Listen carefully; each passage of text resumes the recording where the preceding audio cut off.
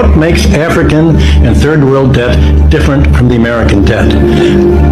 Number one, America is never going to pay its debts. It doesn't have to. Its debts are in its own currency. We can simply print it. The African debt is not in its currency. The African debt is in U.S. dollars. Africa has to earn the U.S. dollars, and the only way it can earn the U.S. dollars is not to be assassinated for growing its own food and becoming independent and doing something that the United States does not like.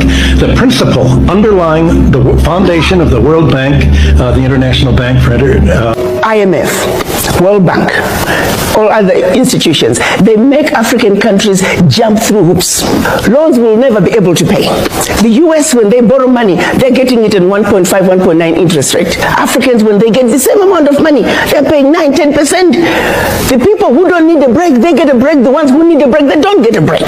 The sheer survival of the World Bank, IMF, is based on the fact that African countries and many other developing countries do not succeed. Their success is based on our failure.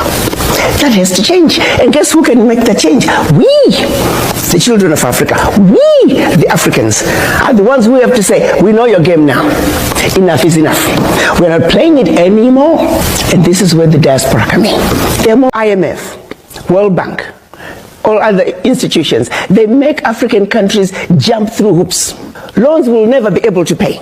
The US, when they borrow money, they're getting it in 1.5, 1.9 interest rate. Africans, when they get the same amount of money, they're paying 9, 10%. The people who don't need a break, they get a break. The ones who need a break, they don't get a break. The sheer survival of the World Bank, IMF, is based on the fact that African countries and many other developing countries do not succeed. Their success is based on our failure. That has to change. And guess who can make that change? We, the children of Africa, we, the Africans, are the ones who have to say, we know your game now. Enough is enough. We're not playing it anymore. Welcome to The Real African Voice, the platform where Africa speaks for itself. Here, we bring you raw stories, real conversations, and unapologetic truths straight from the heart of the continent and its diaspora. Whether it's culture, history, current affairs, or everyday life, this is where truth echoes louder than noise. Real talk, real people, real Africa, one continent, a million stories, one voice that speaks them all. Subscribe, stay locked in, and be part of the movement. This is The Real African Voice. Disclaimer for The Real African Voice. Content shared here is intended for informational, educational, and cultural purposes only. While we strive to present accurate and respectful representations of African experiences, cultures, and perspectives, we encourage viewers to do their own research and engage with diverse sources. We do not promote hate speech, misinformation, or any form of discrimination. Any offensive comments will be removed and users may be blocked. Breaking. The International Monetary Fund is accusing Ghana of manipulating its currency. But is it really about economics or something far deeper? Is this an attack on African sovereignty? When the U.S. prints money, it's called stimulus. But when Ghana defends the cedi, it's suddenly currency manipulation? Get ready, because what you're about to hear will change the way you look at global finance forever.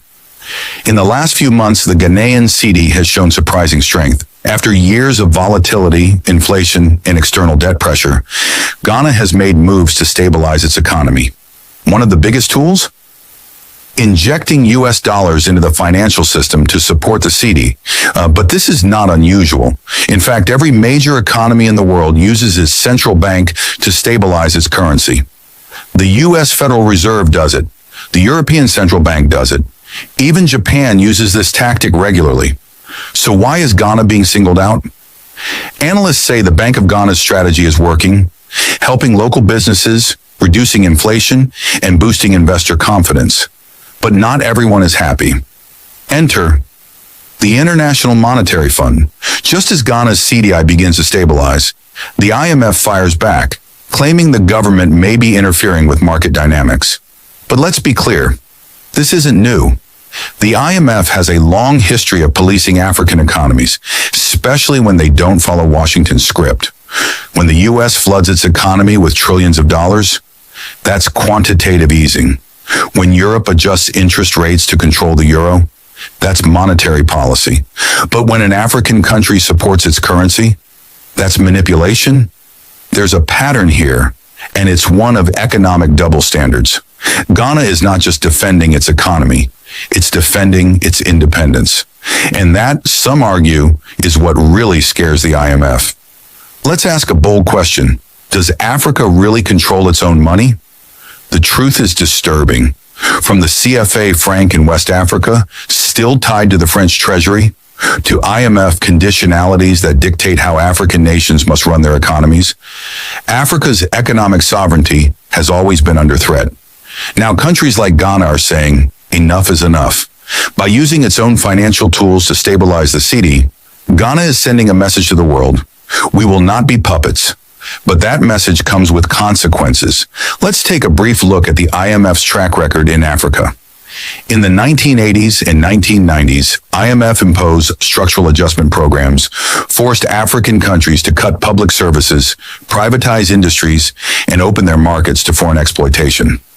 Countries were told to stop subsidizing food, education, and healthcare, all in the name of fiscal discipline. The result? Mass poverty, rising inequality, and decades of lost development. Today, the IMF comes with a new face, softer language, friendlier branding. But many African economists argue the agenda remains the same. Keep Africa dependent. Ghana is doing something bold. Instead of bowing to pressure, President John Dramani Mahama's government is doubling down. The Bank of Ghana continues to inject dollars into the system when necessary. New local investment programs are being launched. Ghana is actively seeking non-Western partnerships from China, Turkey, and African neighbors to diversify its economic base. And the cedi, it's not collapsing, it's holding strong. Ghana is proving that African nations can write their own economic rules and succeed. Let's be real.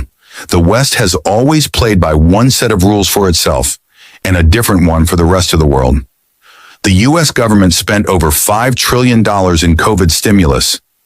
Did anyone accuse it of market interference? The European Union imposes export bans, subsidies, and tariffs. But Africa is told to open its markets freely. This isn't about economic fairness. It's about power. The IMF is panicking because Ghana, and Africa at large, is no longer playing the victim. It's playing to win. Ghana is not alone. Across Africa, a quiet revolution is brewing. Burkina Faso, under Captain Ibrahim Traoré, is nationalizing resources. Niger and Mali have thrown out French troops and IMF contracts. Botswana, Namibia, and Tanzania are renegotiating mining deals. Even the African Union is under pressure to stop being a puppet institution and start standing up for the continent. This is Pan-African economic independence in motion, and it terrifies the institutions that have benefited from Africa's poverty. Imagine an Africa where central banks are free from foreign control, natural resources are processed locally, currencies are strong, respected, and backed by real productivity. Trade happens between African countries, not just with Europe, China, or the US.